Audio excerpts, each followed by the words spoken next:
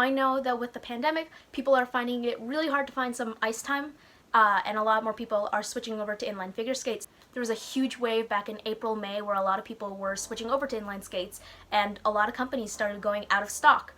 So assuming there might be a second wave of sorts, bad joke, of people switching to inline skates, I wanted to make a really quick explainer video, talk about some major brands and some clarification of terminology for people that are just looking into buying inline skates. So, first, you're going to come across two words that are super duper important: inline and quads. These two mean very different things, and they explain essentially the configuration of your wheels.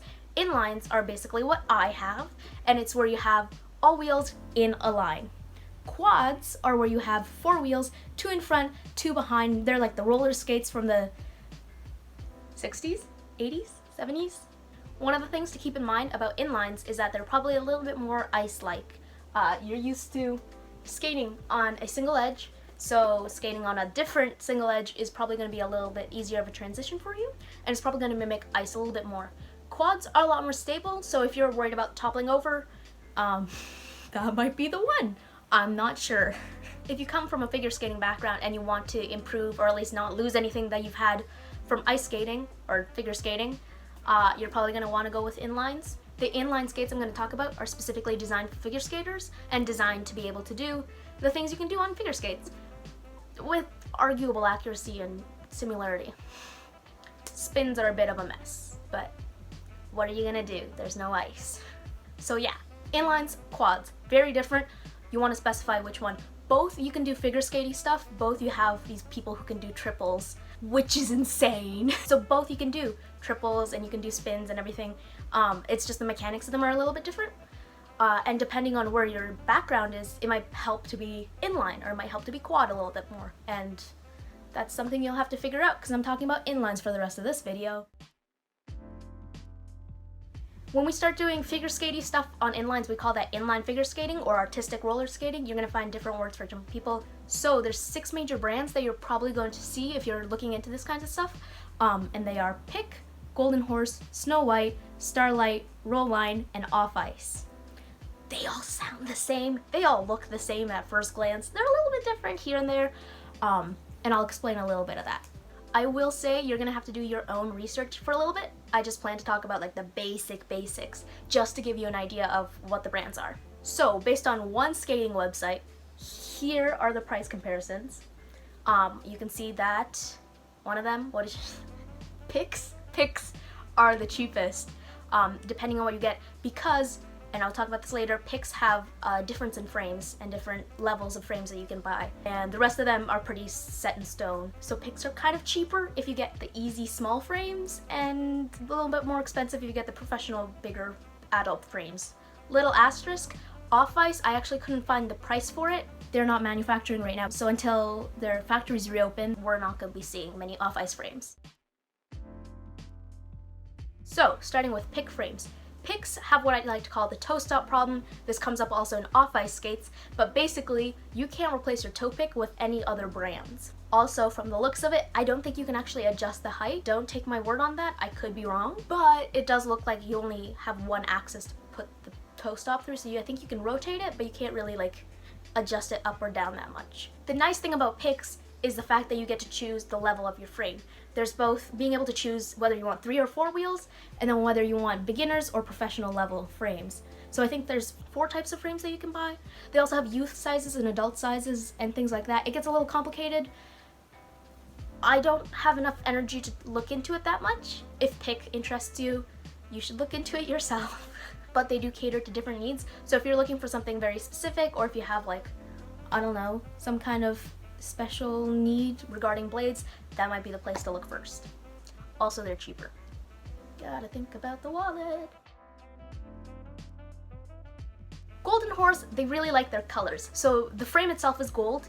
They also have American toe stops, which I talk about in this video, or it might be that video.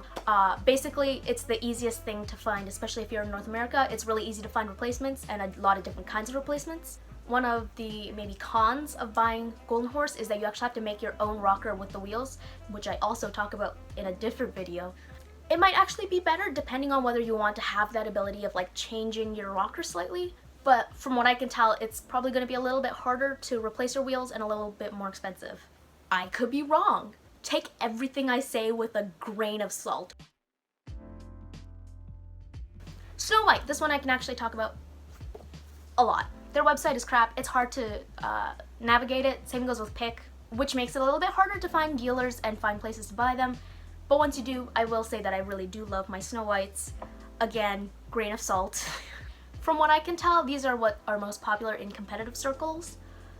They're super duper sturdy. They're super, I don't know, adjustable. They're great. Starlights. I cannot say the name because I'm worried about YouTube guidelines. Although the name is pretty unfortunate, they have really, really pretty skates. They're like colorful, sparkly, if you're really into like that kind of stuff. Golden Horse and Starlight are the ones that are the prettiest, I would say. They have metric toe stops, for better or for worse. It is what it is, but they're colorful and they're pretty. Roll lines. So, PIC and roll lines right now, their factories are closed. Maybe in a year from now they might be open and this really means nothing. But for now, it's gonna be a lot harder to find these frames outside. Outside? At a retailer, that's what I mean. What's really cool about roll lines is you can actually change the placement of the middle wheel. You can change your rocker, which is crazy to me. They are also the most expensive frames on the market.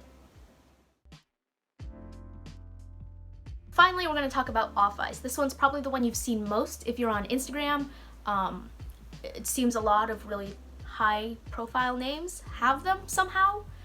I know that a lot of retailers right now are sold out because they've also had a halt on production, just like roll lines, that make it so that it's really hard to get your hands on them. I genuinely couldn't find a price because everywhere just said out of stock rather than the actual price.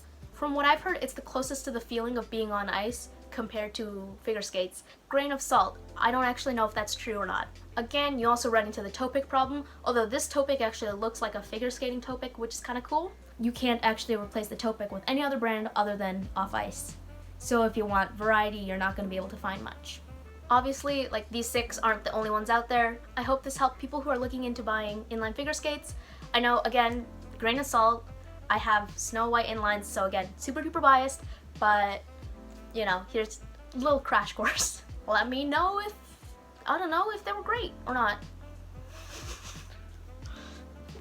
Right. Also, this helped literally no one who already skates, which is everyone that followed or that subscribes to me.